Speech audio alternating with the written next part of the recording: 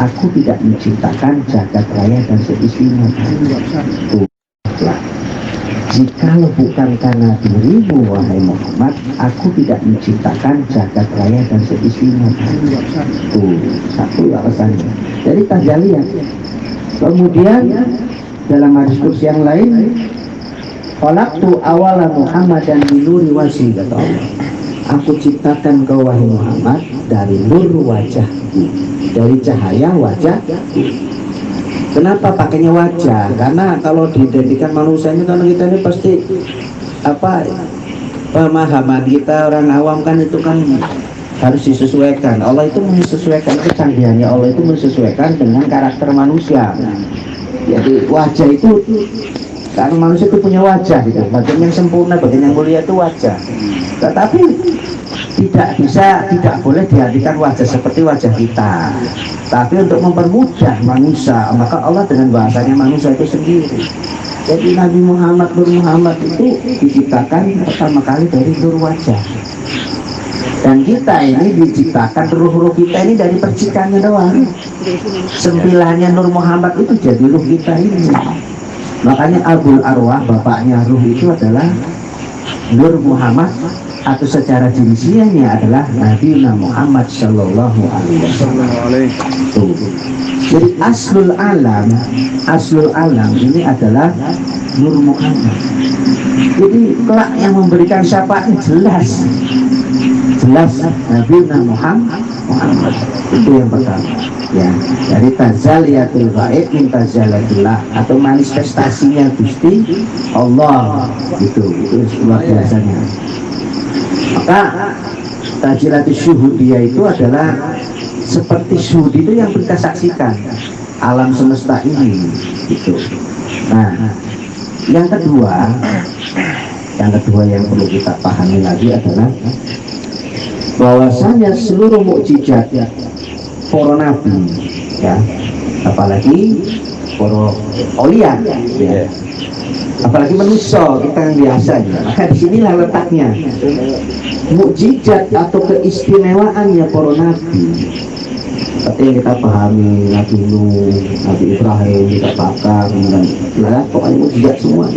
Hada min nuri Muhammad. Ini hanya sebagian kecil dari Nur Muhammad. Tidak ada sakti yang saja sendiri baca Nur Muhammad. Pokoknya saja ini wah hati-hati ya. Melesat. Jadi Nur Muhammad kan. Para wali Nur Muhammad. Karomai para wali. Nah kita semua itu makanya banyak bersolawat supaya kita dapat keistimewaan itu. Kalau mimpi banget ketemu aja. Alhamdulillah. Itu syukuran besar aja. Dan luar biasa manusia bisa mimpi ketemu Nabi Muhammad. Nah, itu hanya sebagian kecil daripada Nur Muhammad. Yang ketiga, ilmunya para nabi. Itu jika diibaratkan dengan lautan, itu hanya satu cipuk, hanya satu cipuk dari Nur Muhammad itu, luar biasa. Nah kalau kita hanya satu tetes ya lumayan aja kita kasih anak lumayan. Anak loh, cukup beranda ya belum kayak makanya enak aja. Di koma. Iya. Itu dan kita berdiri batas dengan sang Nabi, berdiri dengan Nur Muhammad itu tidak bisa terbayangkan. Jadi masih banyak ilmu Nur Muhammad yang mesti digali itu salah satunya keistimewaannya. Kemudian yang lainnya, terciptanya yang gaib-gaib, ya.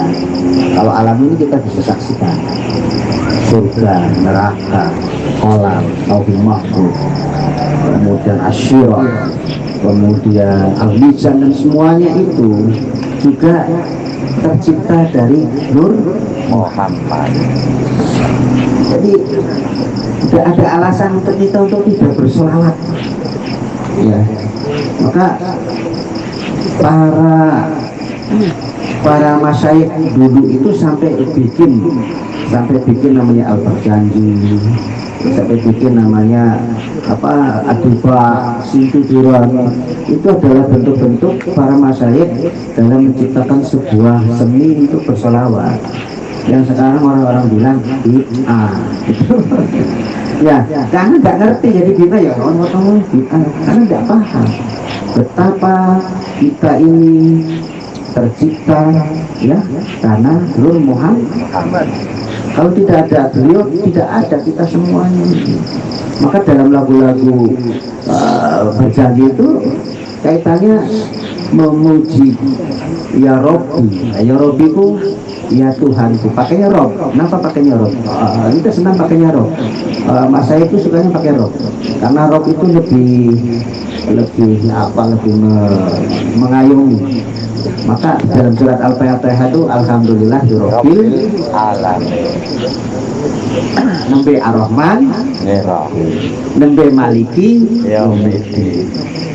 Itu angkatannya ada di sembarangan kalau dibahas.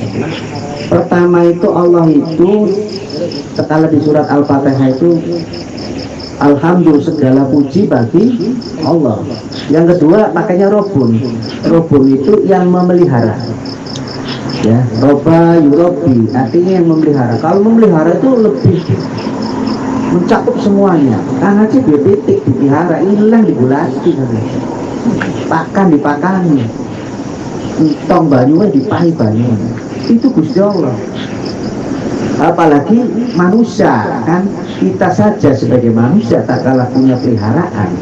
Maka setiap peliharaan itu kita akan waspada makanannya apa air dan sebagainya. Nah Tuhan itu Allah itu seperti posisinya Robun pertama itu memelihara. Bagaimana cara memeliharanya?